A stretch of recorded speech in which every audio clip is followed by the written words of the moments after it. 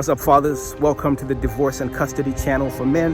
This is your brother CJ. Today, I want to talk about Amber Heard and Johnny Depp.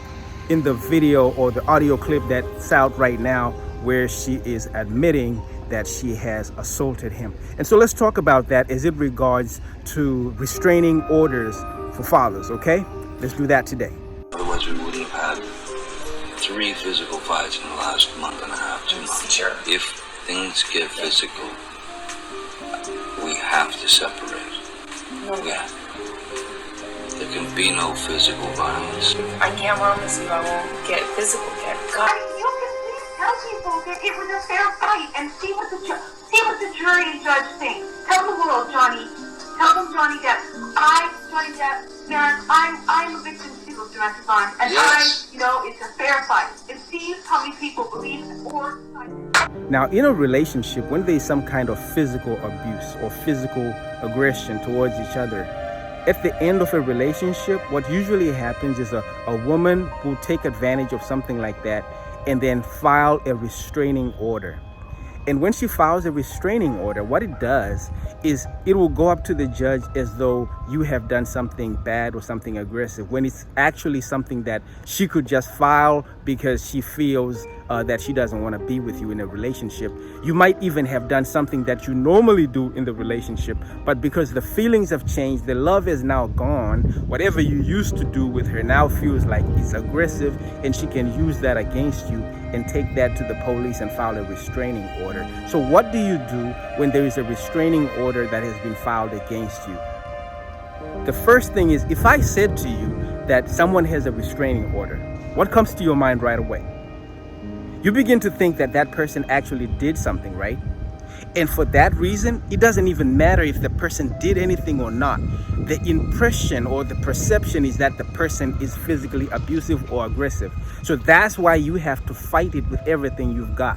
When you hear that someone has filed a restraining order against you, make sure that you show up in court to defend yourself. Because if you don't show up in court, they're going to do what is called an ex parte restraining order, and then the judge can issue that in your absence. And what that will do is it will stick on your record, and it will negatively impact your divorce and custody case, because then it looks like you're the person who was the aggressor in the relationship, and that will not go down well eventually, because even after the divorce is done, your record will still state that you have a restraining order.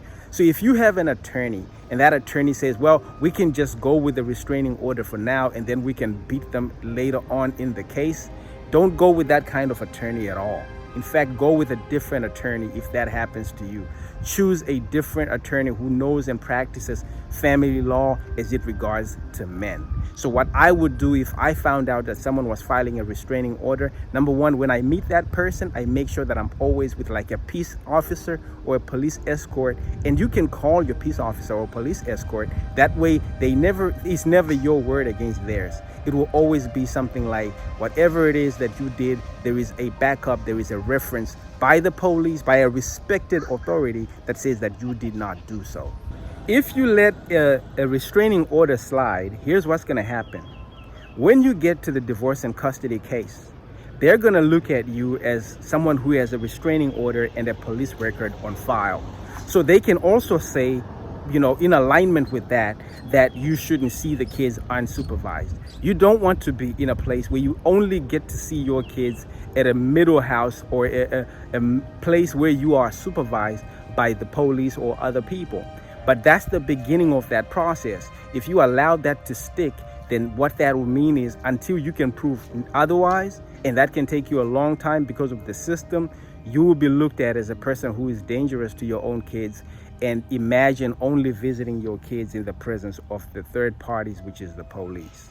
Now, in another video that I posted called The Divorce Playbook for Women, in that video, I detail the steps that a woman can take against you so that she can be able to have a positive advantage. And in that, I speak also about how she can strategically file a restraining order at the beginning of the divorce so that she will allow you to move out of the house and be barred from the house.